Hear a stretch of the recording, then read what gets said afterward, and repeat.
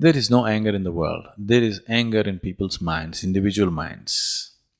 There is no such thing as anger in the world, isn't it?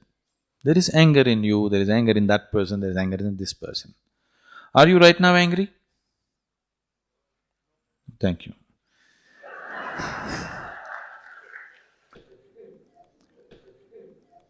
Right now you are not angry. That means there is no anger in this hall right now, isn't it? But you can get angry. You can get angry. Right now there is no anger in this hall, but you can get angry. So this is one thing that we have to see. Anger is not there. What we call as life energy, what is life? You can make this into anger, you can make this into love, you can make this into compassion, you can make it into frustration, you can make it into depression, you can make it whatever you want. The choice is yours. If you had retained the choice, if the choice was really with you, definitely you would have chosen the most pleasant thing, isn't it? Whatever is the most pleasant thing.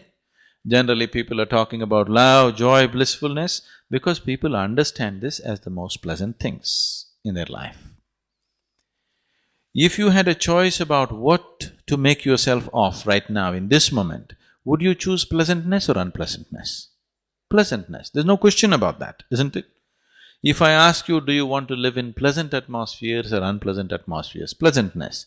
Do you want to be pleasant in your mind or unpleasant in your mind? Pleasantness. Do you want to be pleasant in your body, unpleasantness in your body? Pleasantness. All you're seeking is just this, please see. You may believe that you're seeking money, property, God, whatever. All that you're seeking is just this. You want to be pleasant in your body, in your mind, in your emotion and in your energies. This is all you're seeking. No, I'm seeking God. No, if somebody has told you if you seek God, you will become ecstatic. No, I want to go to heaven. Somebody has told you heaven is a more pleasant place than this one, that's why you want to go there. Or you made a hell out of your life, whichever way. Fundamentally, you are seeking pleasantness, isn't it? Now, this same scientist, because he talked about Emerson using the word Brahma, this scientist tried to look for a word to name the word, to name the chemical which is being received by the cannabis receptors in the brain. He wanted to give a unique name and he studied every scripture on the planet to find an appropriate name. And the most beautiful thing is, no scripture on the planet, except from India, ever talks about bliss and ecstasy. Everybody talks about salvation, everybody talks about your sins being washed away, at the most peace. Nobody talks about blissfulness and ecstasy. So, he called this chemical which is produced in the body as Anandamide. You know Ananda? Anandamide. So cannabis receptors are waiting to receive Anandamide. How much Anandamide you produce in this system, that is how blissful you will be. It can't be taken… if you take it in the form of an injection, you will become an addict. But if you generate your own Anandamide, you will be blissful, always. So if you're blissful, would you be angry? No. Anger… life has found expression in the form of anger only because this life is not blissful, isn't it?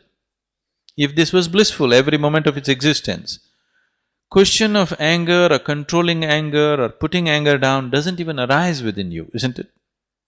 So, what is needed is, yes, there are situations in the world which may be causing anger, but I'm telling you, if you eliminate one situation, another situation will pop up. See, within your own family or within your own situation, do you see, for every small thing people can get angry? Need not be a major issue, yes? Not a life and death kind of issue. A simple thing in your house can make you angry or somebody else in the family angry, isn't it so? So it is not necessarily by settling all the problems on the planet that we will eliminate anger. First of all, if we teach ways of joyfulness and blissfulness right from childhood, we have not focused on this. As a humanity, we have not focused on making our children joyful. If they're making lot of joyful sounds in the house, Usually adults will go and say, "Shut up." We have not encouraged joy and bliss as a part of our life. If people were more joyful, did you have to talk about controlling anger? It wouldn't come, isn't it? We need religions of joy, we need politics of joy, we need economics of joy. We need to bring that aspect into our life on all levels. If that is not brought into our life in every possible way, and methods to keep the system joyful above all, because without that, it'll become a fake joy that you're pretending or you're trying to be joyful. Now, if you are producing enough Anandamide in your system, you would be joyful, isn't it? I can show you 1,000,000 people for whom we have thought how to produce more Anandamide in the system, that without any reason people are just happy. People think, oh, if they all become happy, they will become useless. It is not so. Please look at your own life and see. On a particular day when you are happy, are you willing to do more? Or on a particular day when you are unhappy, are you willing to do more? When you're happy, you're willing to do anything, isn't it? When you're unhappy, you have to drag yourself through life. When you're happy, you're loving, you're generous, you're flexible, you're sensible, everything. When you're unhappy, you can be real mean and nasty, isn't it? If you meet any human being when he is joyful, he is a wonderful human being. If you meet the same human being when he's unhappy, he can be a very nasty human being. This is so with every human being, isn't it?